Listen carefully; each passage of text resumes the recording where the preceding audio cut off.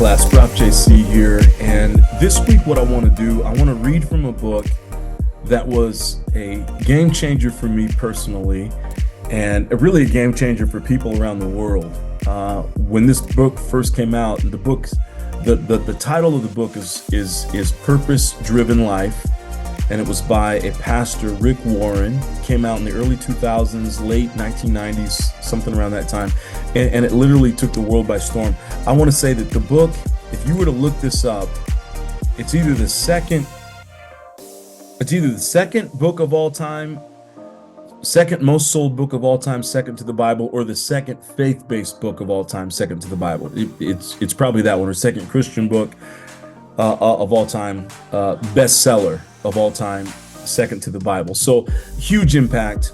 And this is a pastor who started a church right up in Lake Forest, so not that far from San Diego, and stayed there 43 years in the same location, grew it to be one of the biggest churches in America, one of the largest churches in the world. And he was one of my favorites to listen to, just a really great human being. But he wrote this book. And so I want to dive in. Last week when we started talking about this idea of purpose, we looked at this idea of purpose, and one of the most important things we talked about is it cannot be about you. Your purpose has to be something greater than you, or well, I promise you this, you're not going to find any success in life if the extent of your purpose is just about you, okay?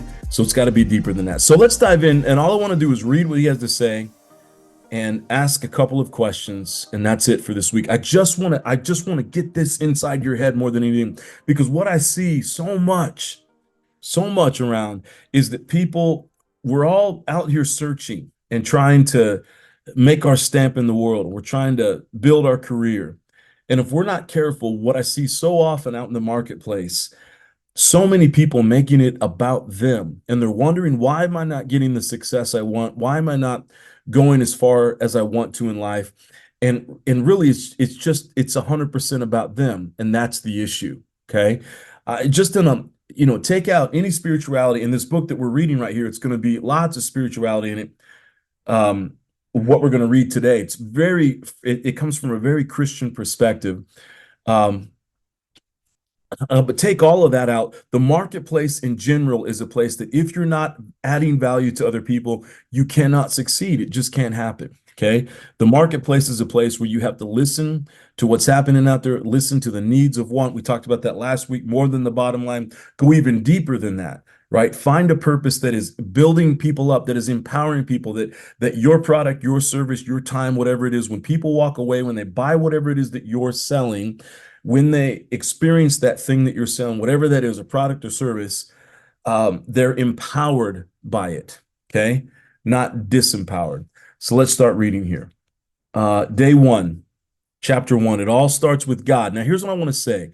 I know that not everybody who comes to our graduate programs is a quote unquote Christian, and that's okay. That was never a requirement to get into Point Loma to be a Christian. But you also have to understand that this is a faith-based university. This is unashamedly, it's a Christian university. Okay. So there will be things from time to time where we take a spiritual view on things, a decidedly faith-based view on things. But here's what I want to say. You can substitute, when I say God in this, you can substitute for whatever that works for you. I'm okay with that, okay? This is not a theology class. This is not a Bible class. I'm not here to convert anybody. We're here to talk business and leadership. But I think this right here, if we get this right here, this is fundamental to leadership. So when I say the word God, I know what that means for me, but it may mean something different for you. So please don't think that we're forcing anything on you, or I'm trying to convert. I'm not. I just think that there's a great point in what we're going to read here today. So you can substitute that word for higher purpose, higher power, universe, whatever works best for your understanding of faith and spirituality, but we're still going to read it. So here we go. It all starts with God. And then he uses a quote here by Bertrand Russell, who's an atheist. And he says this: unless you assume a God, the question of life's purpose is meaningless. So even an atheist, Bertrand Russell is saying, if you want to have purpose in life, there's got to be some kind of a, God figure out there that you're looking up to. Okay. Now here's what Rick Warren has to say. He starts with this, and this was the game changer for me. So good for me to read 20 years ago, and I get it much more today than I got it 20 something years ago. It's not about you. The purpose of your life is far greater than your own personal fulfillment, your peace of mind, or even your happiness. It's far greater than your family, your career, or even your wildest dreams and ambitions. If you want to know why you were placed on this planet, you must begin with God. And again, if you're not spiritual, you're not Christian, then replace that with whatever. But it's something much bigger than you. Okay, you were born by His purpose and for His purpose. The search for purpose of life has puzzled people for thousands of years. That's because we typically begin at the wrong starting point, which is ourselves. We ask self-centered questions like, what do I want to be? What should I do with my life? What are my goals, my ambitions, my dreams for my future? Okay. And this is the reason why I want to start here, okay, with everything we're talking about these past 2 weeks, because I don't want any of us walking away at the end of this 16 weeks we have together and thinking that all of what we're talking about here is just me, me, me, me, me, me, me. If you find your purpose is about you, I promise you there will be no success in life. I just can't stress that enough. Back to Rick Warren, but focusing on ourselves will never reveal our life's purpose. The Bible says it is God who directs the lives of His creatures. Everyone's life is in His power. Contrary to what many popular books, movies, and seminars tell you, you won't discover your life's meaning by looking within yourself. You've probably tried that already. You didn't create yourself, so there's no way you can tell yourself what you were created for. If I handed you an invention you had never seen before, you wouldn't know its purpose, and the invention itself wouldn't be able to tell you either. Only the creator or the owner's manual could reveal its purpose.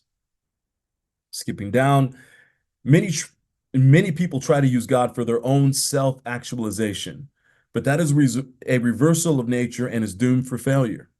You were made for God, not vice versa. Right? God didn't create the whole world with you in mind. That's not how it worked. We were created with His purposes in mind, with the larger purposes of the world around us in mind. And life is about letting God use you for His purposes, not your using Him for your own purposes. He goes on to say, I've read many books that suggest ways to discover the purpose of my life. All of them could be classified as self-help books because they approach the subject from a self-centered viewpoint. Self-help books, even Christian ones, usually usually offer the same predictable steps to finding your life's purpose. And here's what they are. Consider your dreams, consider your values, consider your goals, set your goals, figure out what you are good at, aim high, go for it, be disciplined, believe you can achieve your goals, involve others, never give up. And I would say that those aren't bad things. Okay. That's not, and this book isn't saying that these are bad things. Of course, these recommendations, Rick Warren says, often lead to great success. You can usually succeed in reaching a goal if you put your mind to it, but being successful and fulfilling your life's purpose are not at all the same issue. You could reach all your personal goals, become a raving success by the world standards, and still miss the purposes for which God created you. You need more than self-help advice. The Bible says self-help is no help at all. Self-sacrifice is the way, my way, to finding yourself, your true self.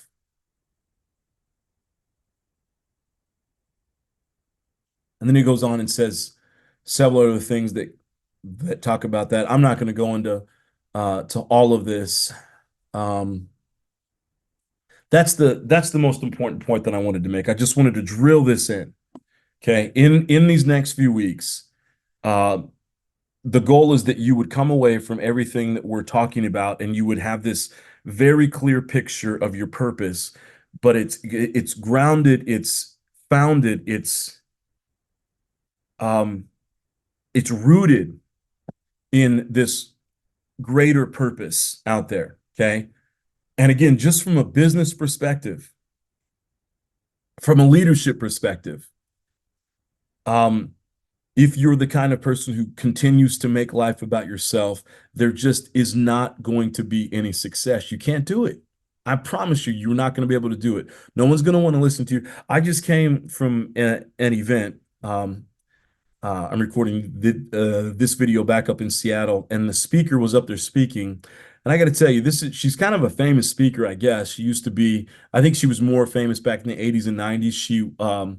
She used to be on the Today Show and do a lot of financial advice and that kind of stuff. Now she's a good person, okay? So I'm not going to tell you her name so you don't, so you don't think I'm slandering somebody, but or gossiping about somebody. She's a good person, but tonight I just watched the room. All she did was talk about herself. Her. And either she can't read the room or she's remembering the time back in the 80s and 90s when that's what speakers did. They would come into events and they would speak and they would just talk about themselves and people loved it. But it's a different world today. It doesn't work today. It was all about her.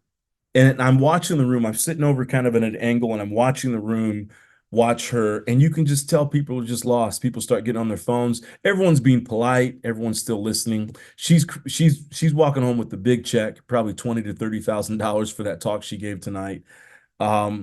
Maybe a little bit less, 15 to 20, something like that. Still a lot of money to speak for 45 minutes, but it was 100% about her.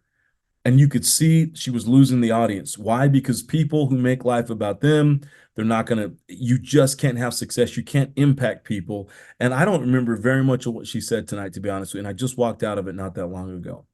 So all that to say, it was just another good reminder for me as well, for all of us, okay?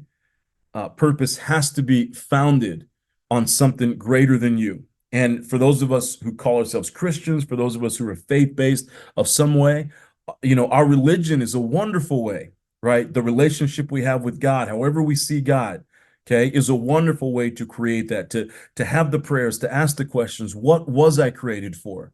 What am I meant to do? This business I'm trying to get off the ground, how can I have the greatest success in this business? What are the thoughts that you have? Or what are the plans that you have for me in this? And to ask those questions, to drill down on that, to think about higher purposes rather than just me, because I'm trying to tell you, and again, we live in Southern California where, man, the culture in Southern California, the thing that we get wrong, I think a little bit, is we really focus in on ourselves. If that is the total sum of your thinking, that I will just continue to think about myself and all this, I promise you, the success that you want is not going to be yours. So here's the question I have for you tonight. I want you to think on this. It's a reflection question. What is the thing, okay? What is the 1, 2, or 3 things that keep you, okay? I just want you to reflect on this. What are the 1, 2, or 3 things that keep you from really making life about something greater, something bigger than just yourself? We all have these blocks, okay? There's no right or wrong answer. It's really about you. But for you, I want you to think about that. If my life is about myself, and maybe you're better than a lot of us when it comes to purpose. I have to consistently remind myself about this at 45 years of age. JC, it's not about you. It's not about you. Even this whole trip up here, most of these meetings I didn't want to go to. I want to be a part of it. And I had to remind myself, JC, it's not about you. It's not about you. Right? We're always in a position of serving other people. So at 45, I have to remind myself, maybe you're better than I am, maybe you're better than the rest of us. But I would say for all of us, there are moments, even if maybe you understand this concept, there are moments that will block you from, figuring out your purpose and trying to make it about other people. So again, 1, 2, or 3 things. You don't have to, you can write one. What are the primary blocks for you that keep you from making life about other people and serving the world around you? I want you to think about that. Because these answers that you have, once you kind of understand that and you're able to kind of re-engineer that, it's going to help you kind of get those blocks out of the way so you can be a person of purpose who really lives to serve and add value to the world around you. Thanks so much for listening. I look forward to reading your responses. If you have any questions, feel free to reach out. Take care. I'll see you in the next episode.